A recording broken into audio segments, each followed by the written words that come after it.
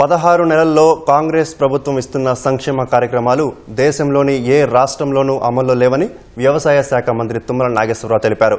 ఖమ్మంలోని ఆయన క్యాంపు కార్యాలయంలో నియోజకవర్గ ముఖ్య కార్యకర్తల సమావేశం నిర్వహించారు. తెలంగాణ, కర్ణాటక రాష్ట్రాల్లో మహిళలకు ఉచిత బస్సు ప్రయాణం అమలవుతుందన్నారు. ఉచిత విద్యుత్తు, గ్యాస్ సిలిండర్కు 500 రూపాయల రాయితీ వంటి పథకాలు అందిస్తున్నట్లు వివరించారు.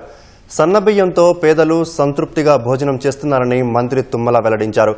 ఖమ్మం జిల్లాలో నిర్మాణంలో ఉన్న సీతారామ, సీతమ్మ సాగర్ ప్రాజెక్టులకు జాతీయ హరిత ట్రైబ్యునల్ అనుమతులు ఇచ్చిందని సభలో ప్రకటించారు. త్వరలో రానున్న స్థానిక సంస్థల ఎన్నికలకు సిద్ధంగా ఉండాలని కార్యకర్తలకు పిలుపునిచ్చారు.